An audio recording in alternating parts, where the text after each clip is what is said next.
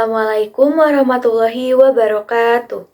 Perkenalkan, nama saya Yara Puspitasari dengan nomor induk mahasiswa 222137 dari kelas 2D.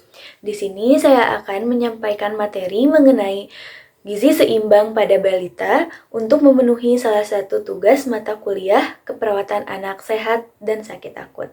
Selamat menonton.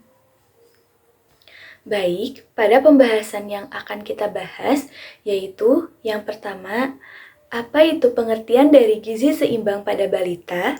Yang kedua, apa saja manfaat gizi seimbang pada balita? Yang ketiga, menu seimbang pada balita. Yang keempat, penata laksanaan gizi seimbang pada balita. Dan yang pembahasan terakhir yaitu tips untuk balita yang susah makan. Baik, kita lanjut saja ke pembahasan yang pertama, yaitu pengertian dari gizi seimbang pada balita. Apa sih gizi seimbang itu? Gizi seimbang adalah susunan pangan sehari-hari yang mengandung zat gizi dalam jenis dan jumlah yang sesuai dengan kebutuhan tubuh. Dengan memperhatikan prinsip keanekaragaman pangan, aktivitas fisik, perilaku hidup bersih, dan mempertahankan berat badan normal untuk mencegah masalah gizi. Pola makan seimbang juga adalah makanan yang dikonsumsi oleh individu. Kebutuhan sehari-hari serbaguna dan memenuhi 5 kelompok gizi dalam jumlah yang cukup, tidak berlebihan dan tidak kekurangan. Baik, selanjutnya ada manfaat gizi seimbang pada bayi. Bayi dan balita membutuhkan nutrisi yang tepat untuk menunjang tumbuh kembangnya yang pesat. Nutrisi yang cukup berperan penting dalam membentuk fondasi kesehatan seumur hidup. Adapun beberapa manfaat dari gizi seimbang yaitu yang pertama, menjaga daya tahan tubuh balita sehingga tidak mudah terserang penyakit. Yang kedua, mempercepat pertumbuhan fisik. Yang ketiga, untuk mengembangkan otak dan mental anak. Yang keempat, memenuhi kebutuhan gizi balita. Yang kelima, balita menjadi lebih aktif dan bersemangat. Dan yang terakhir, tidak mudah lelah. Baik, selanjutnya ada menu seimbang pada balita. Menu seimbang bagi balita sangat penting untuk memastikan mereka mendapatkan nutrisi yang cukup untuk tumbuh kembang yang optimal.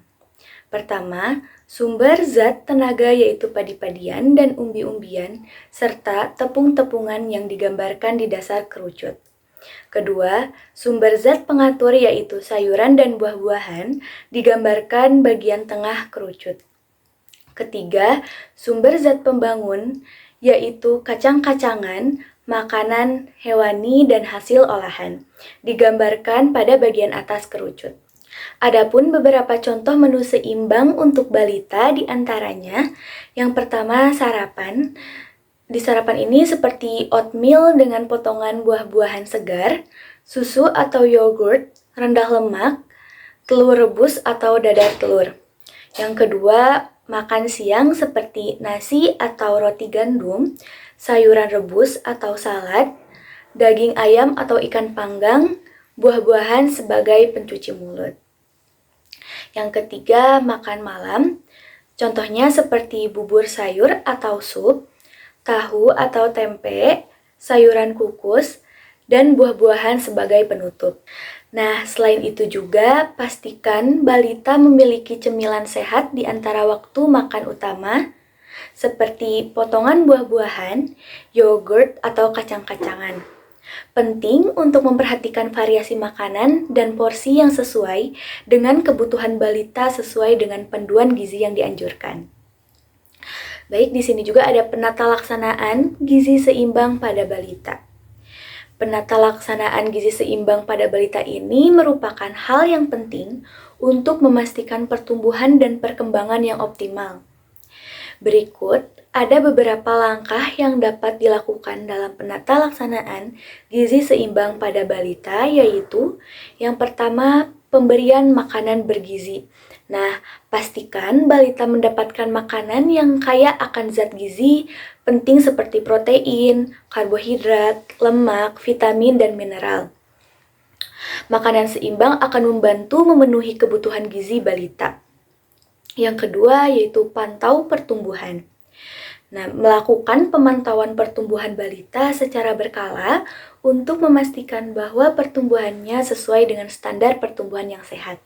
Nah, yang ketiga ada edukasi gizi.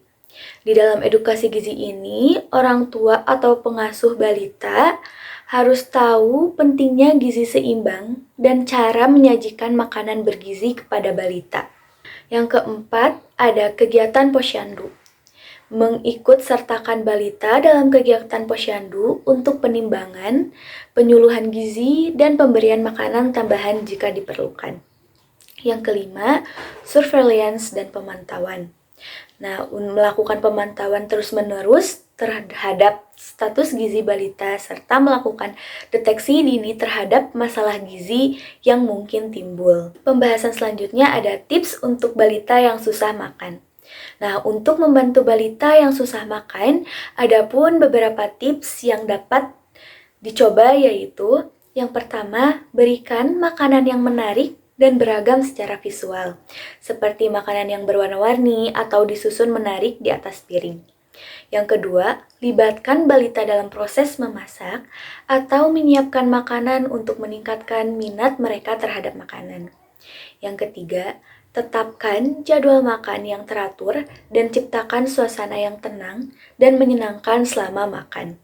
Yang keempat, hindari memberikan cemilan atau minuman manis di antara waktu makan agar balita tidak kehilangan nafsu makan. Yang kelima, berikan contoh yang baik dengan menunjukkan bahwa menikmati makanan yang sehat dan bergizi. Yang keenam, jangan memaksa balita untuk makan, namun berikan pujian saat mereka mencoba atau makan dengan baik. Dan yang terakhir, yang ketujuh, konsultasikan dengan ahli gizi atau dokter anak jika masalah susah makan berlanjut atau berdampak pada pertumbuhan balita. Baik, kesimpulan dari materi yang sudah tadi dijelaskan yaitu memberikan bayi gizi seimbang sangat penting untuk menunjang tumbuh kembang secara optimal. Dengan menjaga pola makan seimbang dan gizi yang baik, anak dapat tumbuh dan berkembang secara optimal serta terhindar dari berbagai gangguan kesehatan. Langkah awal generasi sehat, penuhi gizi seimbang.